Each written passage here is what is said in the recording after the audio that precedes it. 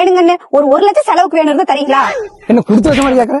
வச்சா மட்டும்தான் உங்ககிட்ட கேட்கணுமா? உங்க கொண்டாட்டி நான் கொடுத்தா வச்சிருக்கா 2 லட்சம் நேத்து வாங்கிட்டு போனா அவளையெல்லாம் ஒண்ணும் சொல்ல மாட்டேன். நானும் நான் மட்டும் இப்படி இருக்குது. எனக்கு சீக்கிரம் கல்யாணம் மூச்சு வைங்களா. இங்க இருந்தா எனக்கு இப்படிதான் இருக்கும். என்ற புருஷனா தான் இன்னாலும் எனக்கு என்னென்னமோ பண்ணிருப்போம். உங்ககிட்ட இருக்கறனால எனக்கு இத்தனை பிரச்சனையே. சரியா? இனிமேல் உங்ககிட்ட நான் காசே கேட்க மாட்டேன். கொடுத்து வச்சாதான் கேட்கணும்னு ஒரு பேச்சு வந்ததுக்கு அப்புறம் நான் இனிமேல் உங்ககிட்ட காசே கேட்க மாட்டேன்டா. குழம்பிட்டே இருக்கா துளசி புடிச்சு அடிச்சு போடுவேன். ஓ அடிச்சிருவியா?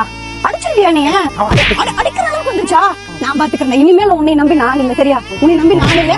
நான் பாத்துக்கிறேன். நீ வேண்டாம். சரி, நீ என் அண்ணனே கிடையாது. இந்த வீட்டுல இருக்கிறவங்க எனக்கு யாருனே தெரியும். நான் பாத்துக்கிறேன். இந்த பழைய பட்டு போடவிட்டு 1,12,000 ரூபாய் கிடைக்குதா? 7 சரி பாத்தீங்கன்னா 1,12,000 ரூபாய் கிடைக்குங்கக்கா. இவ்வளவு காசு இப்பவே கையில கொடுத்துருவீங்களா? அட ஆமாங்க உடனே நாங்க இப்பவே வேலை கொடுத்துருவாங்க. இதுல 50,000 ரூபாய் இருக்கு. பாக்கி காசை ஜிபே பண்ணி விட்டுறேன். உங்களுக்கும் என்ன மாதிரி பழைய பட்டு புடவை கொடுத்து காசு வாங்கணுமா? அப்படின்னா உங்க வீட்டுல இருக்கிற பழைய பட்டு புடவையை எடுத்துட்டு இங்க வாங்க. உங்களோட பட்டு புடவையை உரசி பார்த்துட்டு அதுக்கேற்ற மாதிரியான காசை இவங்க கொடுப்பாங்க. இந்த கடைக்கு நேர்ல வரணும்னு அவசியம் இல்லைங்க. பொள்ளாச்சி, உடுமலை, கோயம்புத்தூர்ல இருக்கிறவங்களா இருந்தா உங்ககிட்ட இருக்க பழைய பட்டு புடவையை ஒரு போட்டோ மட்டும் எடுத்து ஸ்கிரீன்ல இருக்கிற நம்பருக்கு வாட்ஸ்அப் அனுப்புனா போதும். அவங்களே நேரடியா உங்க வீட்டுக்கு வந்து பழைய பட்டு புடவையை வாங்கிட்டு பணத்தையும் கையில கொடுத்துருவாங்க. நம்ம கடை எங்க லொகேட் இருக்குன்னு பாத்தீங்கன்னா கிணத்து கடவுளுங்க, பொள்ளாச்சி ரோட்லங்க, யூனியன் பேங்க்கு ஸ்ட்ரைட் ஆப்போசிட்டுங்க, இந்தியன் ஓவர்சீஸ் பேங்க் பக்கத்துல இருக்குங்க.